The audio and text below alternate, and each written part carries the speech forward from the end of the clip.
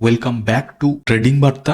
আর আজকে আমি আপনাদের সঙ্গে আলোচনা করব অপশন ট্রেডিং এ কোন দুটো জিনিস আপনি যদি জেনে থাকেন, বা জানার থেকেও বড় কথা হচ্ছে যে আপনি যদি সেই দুটো জিনিস ফলো করেন, সে অপশন ট্রেডিং হোক বা ইন্টারডে স্টক ট্রেডিং হোক বা সুইং ট্রেডিং হোক, যে কোনো ট্রেডিং এর ক্ষেত্রে আপনি যদি এই দুটো জিনিস ফলো করেন তাহলে কিন্তু আপনার কখনো লস হবে না। এবার এখানে প্রশ্ন হচ্ছে কখনো লস হবে না বলতে কি প্রত্যেকটা ট্রেডেই কি আপনার কোনোদিন কখনো লস হবে না? সেটা নয়। ট্রেডিংটা যেহেতু আমরা একটা বিজনেস হিসেবে দেখি, আর আমরা সকলেই জানি বিজনেসে কখনো লস হয় কখনো প্রফিট হয়, বাট প্রত্যেক মাসে আমাদের যাতে প্রফিট হয়, সে মাসের মধ্যে কোনো কোনো সপ্তাহে বা কোনো কোনো দিন হয়তো লস হতে পারে, but at least end of the মান্থে আমরা যেন প্রফিট করতে পারি। তো কি এমন দুটো জিনিস, চলুন আলোচনা করি। জিনিসটা যেহেতু সাপোর্ট এবং রেসিস্টেন্সের সঙ্গে জড়িত, তো প্রথমেই আমরা ধরে নেব যে এইটা একটা রেসিস্টেন্স জোন এবং এই নিচেরটা এটা একটা সাপোর্ট জোন। তবে এই সাপোর্ট আর রেসিস্টেন্স আমরা সকলেই বুঝি, এবং যদি না বুঝে থাকেন বা যদি কোনো কনফিউশন থাকে বা সাপোর্ট রেসিস্টেন্স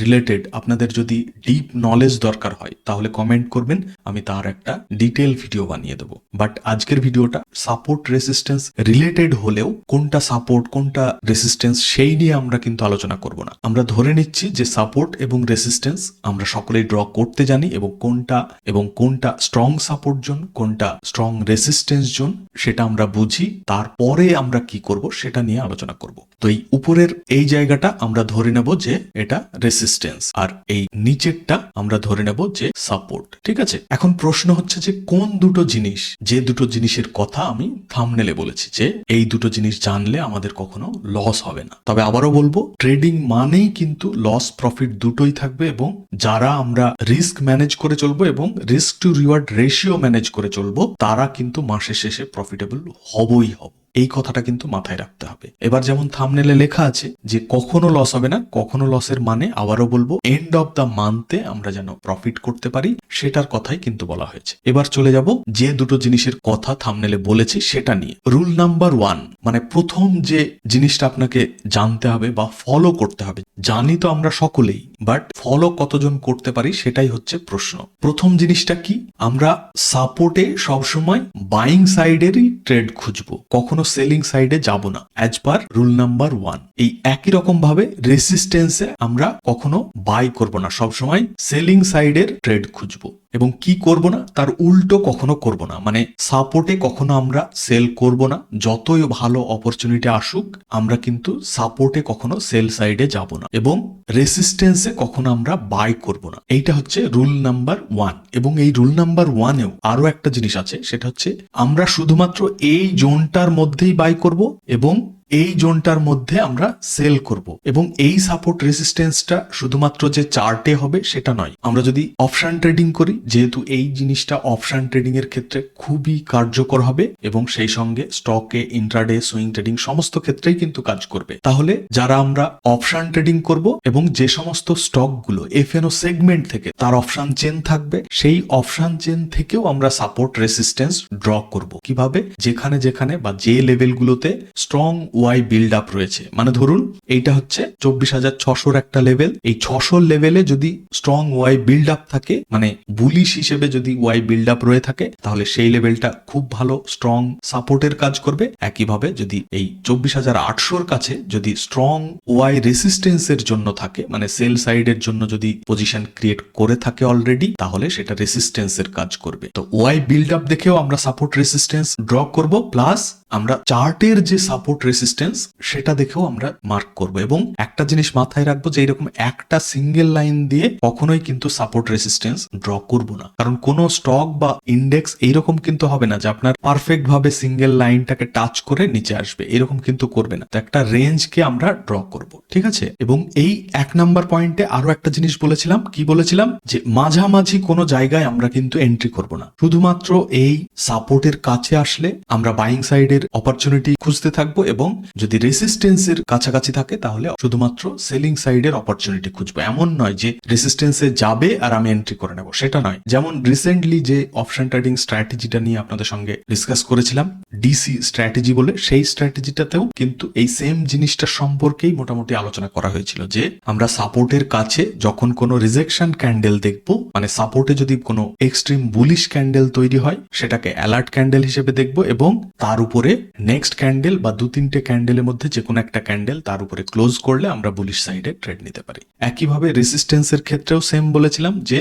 রেসিস্টেন্সের কাছে যখন রিজেকশন ক্যান্ডেল তৈরি হবে এবং তার নিচে যদি নেক্সট 2-3টে ক্যান্ডেলের মধ্যে ক্লোজ করে তখন আমরা ট্রেড খুঁজতে পারি। যেমনটা এই জায়গাটায় এটা রেসিস্টেন্সের কাছাকাছি একটা রিজেকশন ক্যান্ডেল তৈরি হয়েছে এবং তারপরেই কিন্তু নেক্সট ক্যান্ডেলটা নিচে ক্লোজ করেছে এবং এখানে যদি আমরা এন্ট্রি করি, যদি ডেটা এখানে শেষ হয়ে গেছে, যদি না হতো আশা করছি নিচে কিন্তু ভালো টার্গেট দিত। আবার যদি সাপোর্টের কাছেও দেখি, এই যে ক্যান্ডেলটা গ্রিন ক্যান্ডেল এটাও রিজেকশন ক্যান্ডেল, বাট তারপরেরটা ক্লোজ দিতে পারেনি, তারপরেরটাও ক্লোজ দিতে পারেনি, এটাও কিন্তু ক্লোজ দিতে পারেনি, বাট ফোর্থ ক্যান্ডেলটা কিন্তু ক্লোজ দিয়েছে। যদিও বা আমরা স্ট্র্যাটেজিতে বলেছি 1, 2, 3 তিনটে ক্যান্ডেলের মধ্যে যদি ক্লোজিং আসে তাহলে কিন্তু এন্ট্রি করতে পারি। তার মানে কি ওই তিনটে ক্যান্ডেলের মধ্যে যদি ক্লোজিং আসে তাহলে ভালো অপরচুনিটি পেতে পারি, বাট 4th, 5th, 6th এই নাম্বার গুলোতেও কিন্তু অপরচুনিটি পেতে পারি, বাট সেই ক্ষেত্রে কিন্তু রিস্কটা বেড়ে যাবে। সেই কারণেই একটা মেনশন করে দিয়েছি যে তিনটে ক্যান্ডেল, মানে যারা লো রিস্কে ট্রেড করতে চান তারা তিনটে ক্যান্ডেল ফলো করবেন, মানে এই অ্যালার্ট ক্যান্ডেলের পরে তিনটে ক্যান্ডেলের মধ্যে যদি এন্ট্রি পাওয়া যায় তাহলে করব, না হলে করব না। তারপরে হলে রিস্কটা বেড়ে যাবে। কি হতে পারে যে মার্কেট সাইডওয়েজ হয়ে যেতে পারে। ঠিক আছে, এই ডিসি স্ট্র্যাটেজিটাও কিন্তু এই সেম জিনিসটাই ফলো করেই ওই স্ট্র্যাটেজিটা নির্ভর করছে। তো যেটা বলার ছিল যে মাঝখানে যদি কোনো রিজেকশন ক্যান্ডেল তৈরি হয় তাহলে আমরা অ্যাভয়েড করব। কারণ কি এখানে কোনো ডিরেকশনের আমরা প্রেডিক্টই করতে পারছি না যে উপরে যাবে নাকি নিচে যাবে। যেহেতু সাপোর্টের কাছে যখন আমরা প্রাইস অ্যাকশন ফলো করব বা ক্যান্ডেলস্টিক প্যাটার্ন ফলো করব তখন কিন্তু আমাদের একটা প্রবাবিলিটি থাকছে যে যেহেতু এটা সাপোর্ট, অনেকেই এখানে বাই করা পছন্দ করবে, তো মার্কেট উপরে গেলেও যেতে পারে। তো সেই প্রবাবিলিটিটা আছে বলে আমরা কিন্তু এন্ট্রি করতে পারি। তো সাপোর্টে কোনো সময় আমরা সেল সাইডে যাব না এবং মাঝখানেও আমরা কোনো এন্ট্রি করব না এবং রেসিস্টেন্সে কখনো আমরা বাই সাইডে যাব না। তো এই জিনিসটা কিন্তু আমাদেরকে ফলো করতে হবে। এটা হচ্ছে রুল নাম্বার 1। এবার আসি রুল নাম্বার 2 তে। তাহলে কি করব? যেহেতু আমরা এটাও জানি যে সাপোর্ট এবং রেসিস্টেন্স কখনো কখনো ব্রেক করে, তাহলে ব্রেক করলে কখন আমরা এন্ট্রি করতে পারি। মানে 1 নাম্বার রুলস অনুযায়ী কি বললাম যে সাপোর্টে আমরা কখনো সেল সাইডে যাব না এবং রেসিস্টেন্সে আমরা কখনো বাই সাইডে যাব না। কিন্তু রুল নাম্বার 2 তে আমরা যেতে পারি কখন?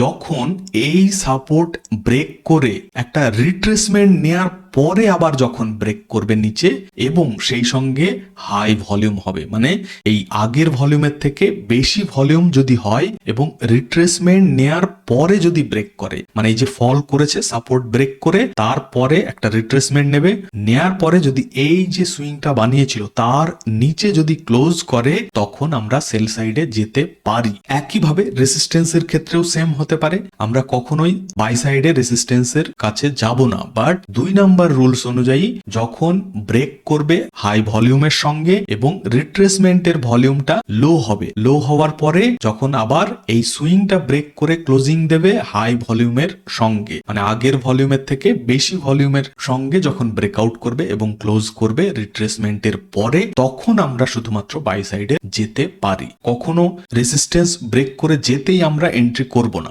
এবং সাপোর্টেও তাই। সাপোর্ট ব্রেক করার সঙ্গে সঙ্গেই হাই ভলিউম হলেও আমরা কিন্তু এন্ট্রি করব না। রিট্রেসমেন্ট নিয়ে যখন ফল করবে হাই ভলিউমের সঙ্গে তখন করব। কারণ এই সাপোর্ট রেসিস্টেন্সে অনেক সময় দেখবেন ট্র্যাপ করা হয় যে একটা হাই ভলিউমের সঙ্গে অনেক সময় দেখিয়ে দেয়া হয় যে মার্কেট ফল করবে, বাট কিছুটা ফল করেই আমরা যদি এন্ট্রি করে নিই সেল সাইডে তারপরেই কিন্তু আবার হিউজ একটা আপ মুভ দিয়ে সকলের স্টপ লস হিট হয়ে যায়। তো সেই ট্র্যাপ থেকে বাঁচতে আমাদেরকে যখনই এই সাপোর্ট এবং রেসিস্টেন্সের ব্রেক করার পরে আমরা এন্ট্রি করব, অবশ্যই রিট্রেসমেন্টের কথা মাথায় রাখবো, তাহলেই কিন্তু আমরা অনেক রকম ট্র্যাপ থেকে বেঁচে যাব।